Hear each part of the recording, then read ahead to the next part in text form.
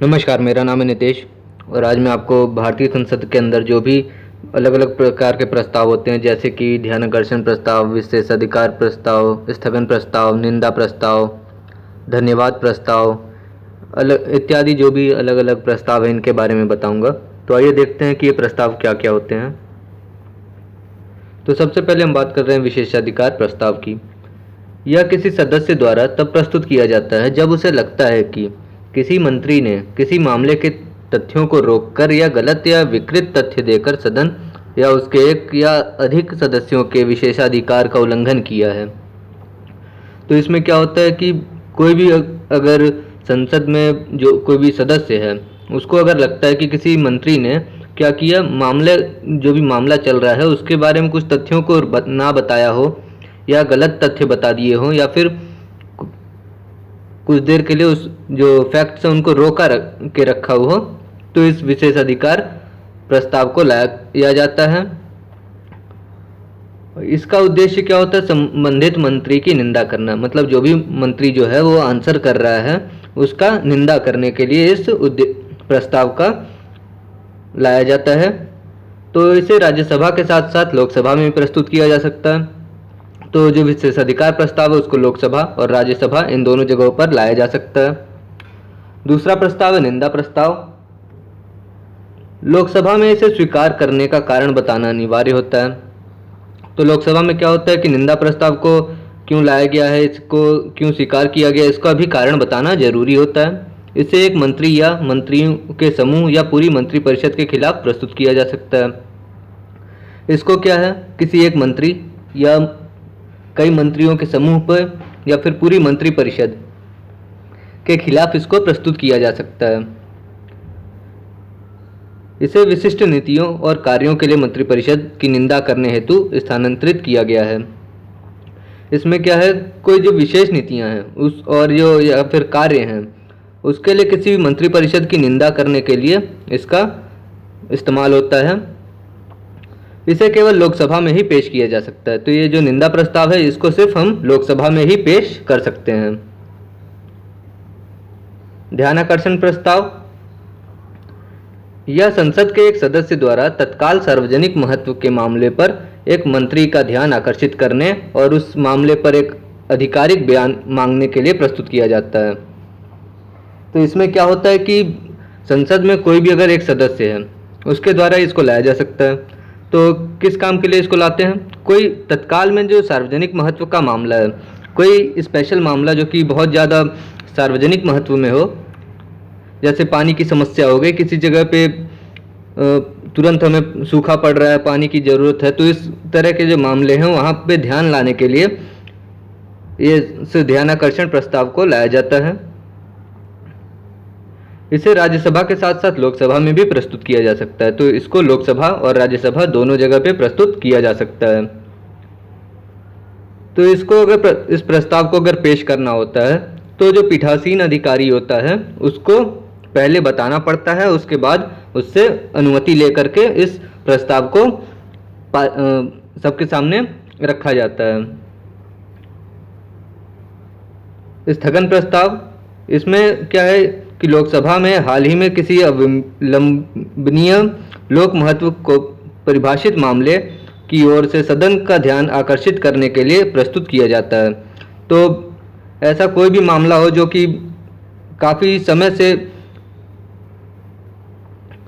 मतलब कोई भी हाल का मामला, हाल फिलहाल का कोई भी मामला हो जो कि काफ़ी समय से अटका हुआ है, तो उसमें तुरंत कोई काम शुरू हो सके या जो भी पेंडिंग काम है उसको चालू किया जा सके, उसके लिए स्थगन प्रस्ताव लाया जाता है। इसमें सरकार के खिलाफ निंदा का एक तत्व शामिल होता है। तो इसमें क्या होता है कि सरकार के खिलाफ निंदा की जाती है, इसे केवल लोकसभा में ही प्रस्तुत किया जा सकता है। तो ये स्थगन प्रस्ताव जो है इसको सिर्फ और सिर्फ लोकसभा के अंदर प्रस्तुत किया जा सकता है।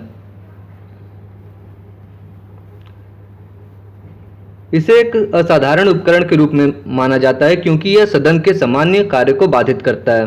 तो जो सदन का सामान्य काम होता है तो उसको ये रोकता है। तो इसकी वजह से क्या होता है कि जो भी काम है वो रुक जाते हैं। इसे स्वीकार करने के लिए 50 सदस्यों का समर्थन की आवश्यकता होती है। तो कम से कम इसको अगर संसद के अंदर ले आना है चर्चा के लिए तो कम से कम 50 सदस्यों की समर्थन की इसको जरूरत होगी। इस प्रस्ताव पर कम से कम 2 घंटे 30 मिनट तक चर्चा चलनी चाहिए। तो ये जो प्रस्ताव होना चाहिए इसके ऊपर 2 घंटे 30 मिनट तक चर्चा होनी चाहिए।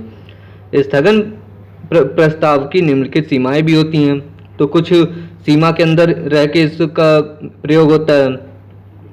इस प्रस्ताव के तहत जिस मामले पर चर्चा की जानी है वो निश्चित होना चाहिए। तो जो भी मामला है वो एक निश्चित मामला होना चाहिए, वो सबको पता होना चाहिए कि हाँ इस तरह का कुछ मामला चल रहा है।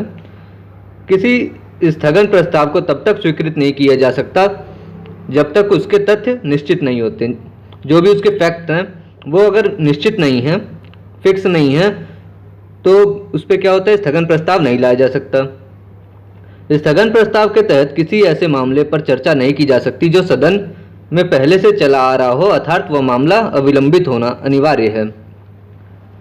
तो ऐसा कोई भी मामला है जो कि सदन में पहले से ही चल रहा हो तो उसके ऊपर स्थगन प्रस्ताव ला करके चर्चा नहीं की जा सकती है।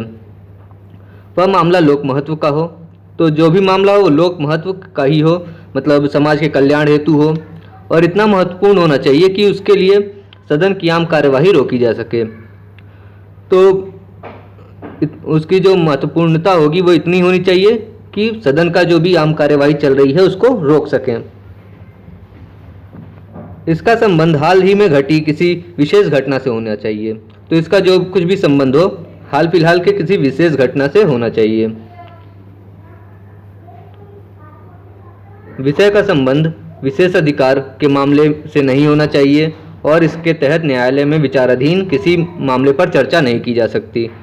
तो जो भी मामला चल रहा हो उसके लिए हमें किसी भी न्यायालय में चर्चा ना हो रही हो ये भी देखना रहता है।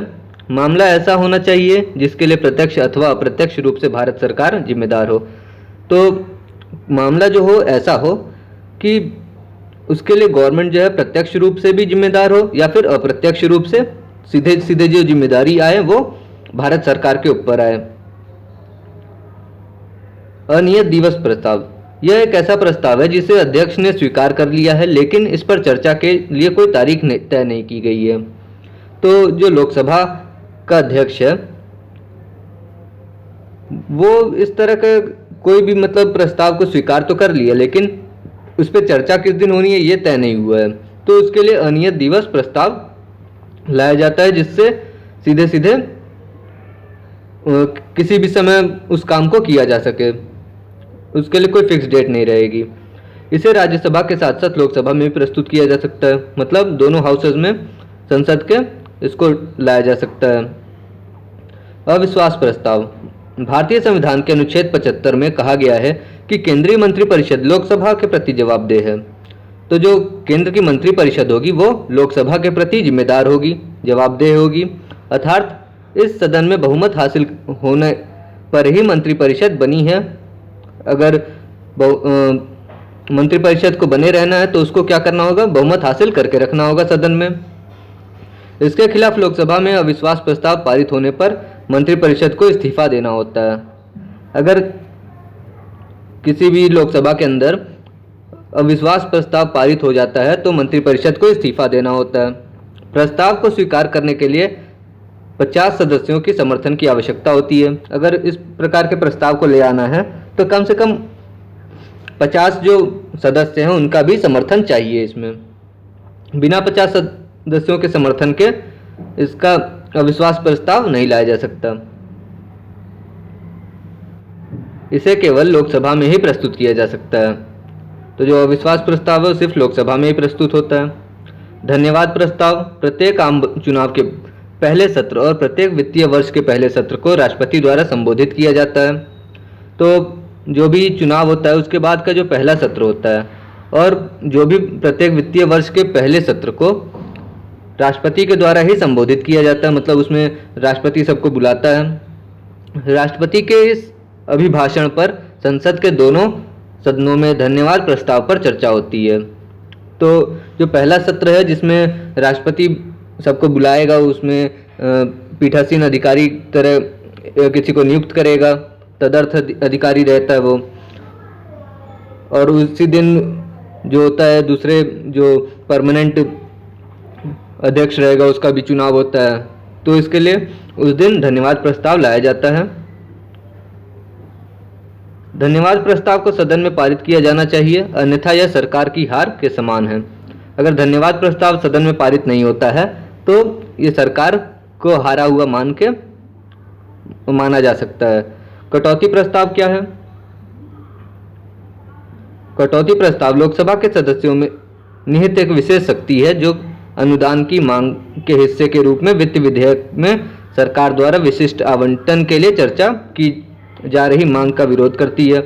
तो जो कटौती प्रस्ताव है, जो भी लोकसभा के अंदर सदस्यों के द्वारा जो अनुदान की मांग हो रही है उसके रूप अंदर जो भी वित्त विधेयक है, मतलब जो भी वित्त का मामला आ रहा है उसमें सरकार द्वारा कुछ कटौती के लिए इसका प्रस्ताव लाया जाता है। यदि प्रस्ताव को स्वीकार कर लिया जाता है तो यह अविश्वास प्रस्ताव के समान होगा, और यदि सरकार निम्न सदन में बहुमत सिद्ध करने में विफल रहती है तो सदन के मानदंडों के अनुसार इस्तीफा देने के लिए बाध्य होगी।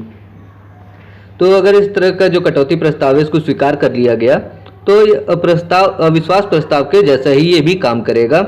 और अगर सरकार जो है निम्न सदन में बहुमत सिद्ध करने में विफल रहती है, मतलब बहुमत नहीं सिद्ध कर पाती है, तो उसे क्या करना होगा? सदन के जो नियम कानून है उनके हिसाब से इस्तीफा देना पड़ जाएगा।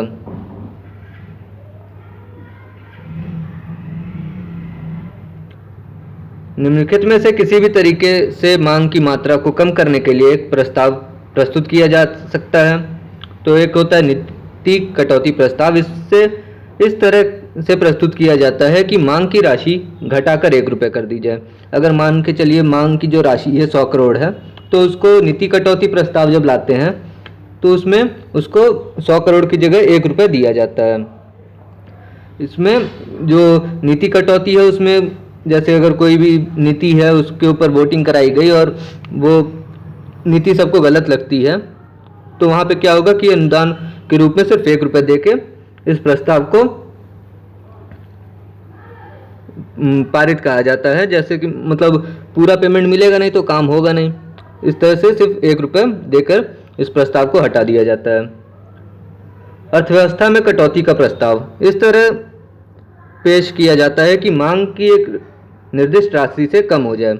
मतलब इसमें क्या कहा जाता है कि अर्थव्यवस्था अगर हमारी उतनी नहीं है या हमें लगता है कि पैसा कुछ ज़्यादा खर्च हो रहा है इसमें, तो इसमें क्या कहा जाएगा कि अच्छा चलिए आप मांग तो कर रहे हैं 100 करोड़, अगर 100 करोड़ मंत्री ने मांगे हैं तो उसमें क्या कहा जाएगा कि 100 करोड़ आपने मांग किया, इसको कुछ घटा के आप 97 करोड़ कर लीजिए, 95 कर लीजिए। तो इस तरह से इसको कटौती को किया जाता है। दूसरा हो गया टोकन कटौती प्रस्ताव। इसके अंतर्गत सदस्य किसी मंत्रालय की अनुदान मांगों में से 100 रुपये की टोकन कटौती का प्रस्ताव करते हैं। मतलब अगर 100 करोड़ है तो उसमें से 100 रुपये कम करके प्रस्ताव पारित किया जाता है। इसको टोकन कटौती प्रस्ताव कहते हैं। सरकार से कोई विशेष शिकायत होने पर भी सदस्य ऐसा करते हैं। अगर सरकार से कोई भी सदस्य को कुछ शिकायत है तो उसकी वजह से भी ऐसा सदस्य कर देते हैं कि 100 रुपये कम करके उसका प्रस्ताव पारित किया जाए। इसे केवल लोकसभा में ही प्रस्तुत किया जा सकता है। ये जो टोकन कटौती प्रस्ताव है इसको सिर्फ लोकसभा में ही प्रस्तुत कर सकते हैं। Thank you. Please share and like the video.